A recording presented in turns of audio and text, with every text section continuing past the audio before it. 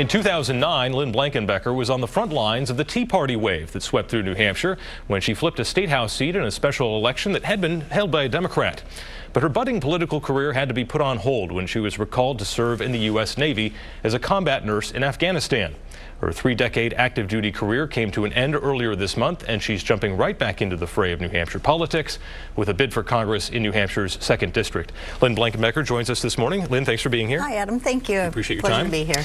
So late last week came word that President Trump is now proposing a deal on immigration that involves citizenship for about 2 million young immigrants without documentation, and this goes beyond the baseline of what we would normally think of as DACA. If you're in Congress right now, do you take this deal, which includes a border wall?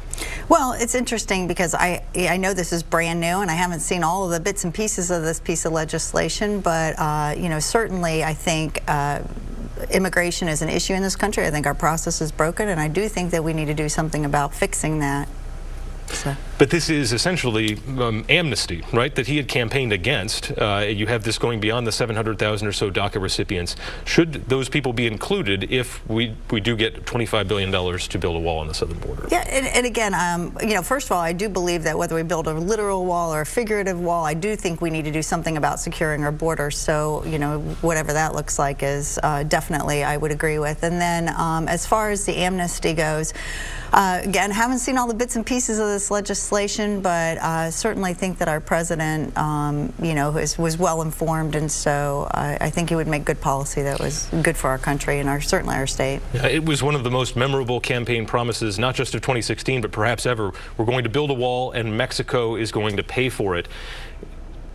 It was something that a lot of people kind of took tongue-in-cheek in a way, but this is a candidate for president and now a president who has said the same thing. Should he be trying harder to make that happen, to make Mexico pay for it, rather than having taxpayers pay for it as they would under this deal? Well, I think our president has kept a lot of his promises with our state, you know, with our country, and you know, when you look at the list of great things he's done for our nation, and certainly that have positively impacted the Granite State, I think, you know, we can't deny that our president's doing a great job there. You know, again, who pays for this wall, how this gets paid for, I think, you know, Congress is looking at that, you know, the Senate's looking at it, and certainly the president's looking at what makes the most sense for our country at this point. You were definitely a fiscal hawk there when you were in Concord, keeping an eye on that bottom line of the budget. Excuse me. $25 billion is a lot of money for anything. Is that money well spent if it's spent on forming some sort of, as you said, either literal or figurative wall on the southern border? Oh, I think so. I think we definitely have to protect our borders. But I mean, at that price tag, I mean, he had described before in essentially using the pilings and stacks of parking garages that he would build on the border wall. Is that something that we should put down there, like almost like a Great Wall of China between us and Mexico? Again, I think, you know, we've got a lot of problems with immigration in this country, and I think our process is broken. Our process needs to be fixed, and, you know, yes, I am a very fiscally conservative person. My voting record in the House will show that, but, you know, without having seen the legislation in front of me and what all it entails, I really can't make a whole lot of comment on that. Parallel to the immigration debate, we have the government shutdown that occurred recently. As a member of the military, you've seen firsthand the impact that this has on readiness, on active duty folks, on the sort of the support things that go around the military as well. Is there anything from a policy standpoint that you believe is worth shutting down the government for to achieve a policy or political goal? Well, and like you pointed out, Adam, shutting down the government has huge implications in our national defense. You know, as you pointed out, when they shut down the government last weekend, all Navy Reserve or all military processes came to a halt, and that's not good for our defense. So, you know, no, I don't think there's anything worth shutting the government down for. Congress's job is to produce a budget, and letting other superfluous things come in and affect the ability to produce a budget is wrong. You need to stick to the task, and that was the task. And whether it was immigration or DACA or whatever else, that was a distractor that got in there that kept them from doing it. It kept Congress. Congress needed to do their job. And you served through one government shutdown, and I think the threat of a couple others there in the military. What does go on, especially where you were in Maryland, working in essentially as a nurse in the military? What happens when that government shuts down, at least on your end that you saw? Oh yeah, no, and I'll just give you the real world story of that. My job, my last job, was doing policy development and keeping up with the 7,000 Navy Reserve medicine assets that we have out there. And when there was a threat of a shutdown, when we got close to the continuing resolution, or when the government actually shut down, we had to stop training.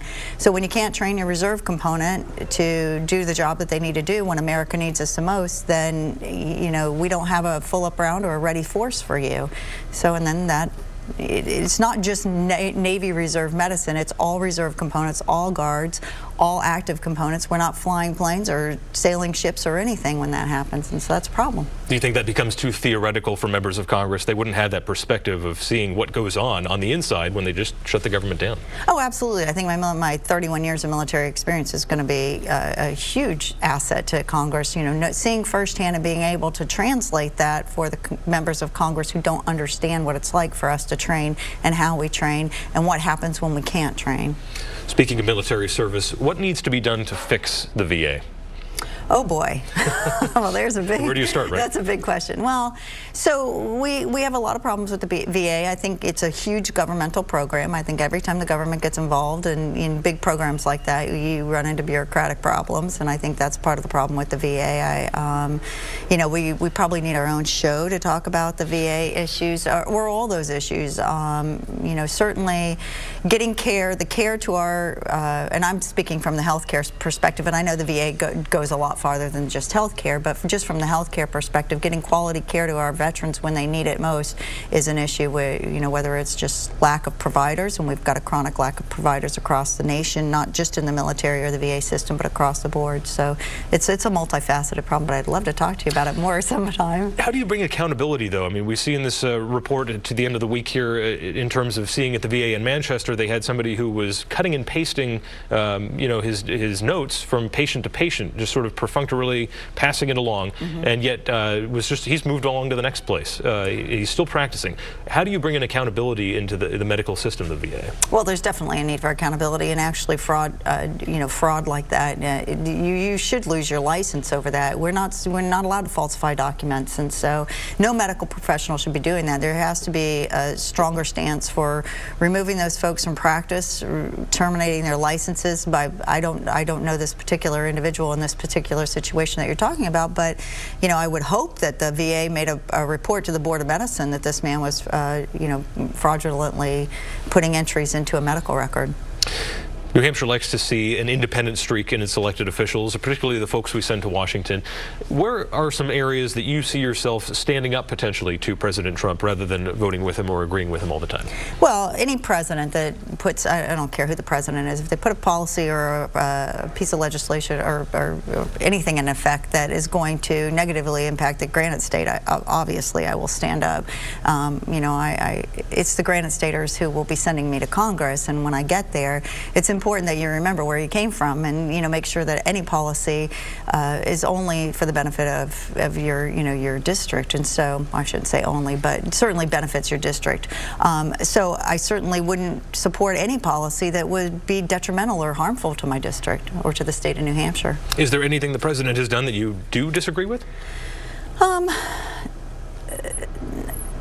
Of all the policies that have come through so far, his tax reform, we've seen tremendous benefit in the state of New Hampshire, and I think, when you can, does the border wall in Mexico really affect New Hampshire a whole lot? I would say yes. With the opioid crisis that we have here, that would be something that would be important to keep to keep drugs from coming over. And certainly, we know that we have a border with Canada, and is some sort of border protection important from Canada? Who comes in from Canada that may not be Canadian but comes into our state?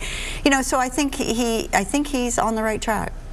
Over the last week, some of the president's most loyal allies on Capitol Hill have been hinting at and alleging it at a conspiracy within the FBI against President Trump. Now, the evidence here is admittedly kind of flimsy, some text messages, but is this something that we should be trying to investigate further, that there might be some sort of FBI plot against President Trump? Well, I think anytime that you have valid evidence of any kind of wrongdoing or conspiracy like that, I think it should be investigated. You know, when the facts of all of this comes out, I could formulate a more educated opinion on it, certainly. But you know, we shouldn't let, with good substantial evidence, we shouldn't let anything pass. Right. But there are a lot of conservatives who believe there are government actors in Washington who are trying to undermine the president. Do you believe that? I think there's probably actors everywhere trying to undermine. Now how credible those are, we have to wait for the facts to come out to see. So if you're elected, do you see yourself joining the Freedom Caucus on Capitol Hill? Well, I don't really align. I'm not one of those pigeonholed party people or pigeonholed caucus people. As far as I do have a lot of freedom-leaning tendencies. I believe in small government. I don't believe that government should be in charge of, you know, a lot of things. And, you know, certainly when it comes to education, I believe, you know, I'm a firm supporter of homeschoolers and education choice. So you know, there's a lot of areas where I do align with the Freedom Caucus. What informs your conservatism? Is it more religious or is it intellectual? I guess, what kind of conservative are you? How would you describe yourself? Well, it's interesting because I come from a very varied background. I was raised in a very conservative home by parents who were World War II and Depression era children. We were not very wealthy, and my father died when I was 12, and so I was raised by a mother, you know, who did single parenting, and not by her choice. And she was a very strong woman, and she taught us all to work very hard and to do the right thing in every instance and to have integrity. And my father told me before he died, which was, you know, I think I live by this credo all the time. He said, "Lynn, you were born," at that time I was a Ferrari. He's like, "You were born a Ferrari, and I expect you to comport yourself in a manner that gives credit to the Ferrari name." And I've carried that through my life. I think that's part of just being a good human being. So I would say my foundation came from my family, my very strong family. My mother started the church in our town. We were very religious, and I think we were, you know, good with that. And you know, and then I became a nurse. And so I think you develop a lot of advocacy and compassion through being a nurse, and my 31 years of healthcare experience has certainly underscored that. And I have a very obvious extreme pride and patriotism in this nation, and so I think that pride of being an American, coming from immigrant families that came to this country the right way, might I add, came to this country and started a life, and they started with nothing and worked their way up. I just think I had a great upbringing of hard work and what it's like to be an American and be proud to be an American, and I think our American values are good, and that's why I'm trying to get to Congress to keep that going. All right. Well, Lynn Ferrari Blankenbecker, thank you so much for joining us on Close Up this morning. I appreciate that. And we'll see you out there on the campaign trail. Great. Thank you.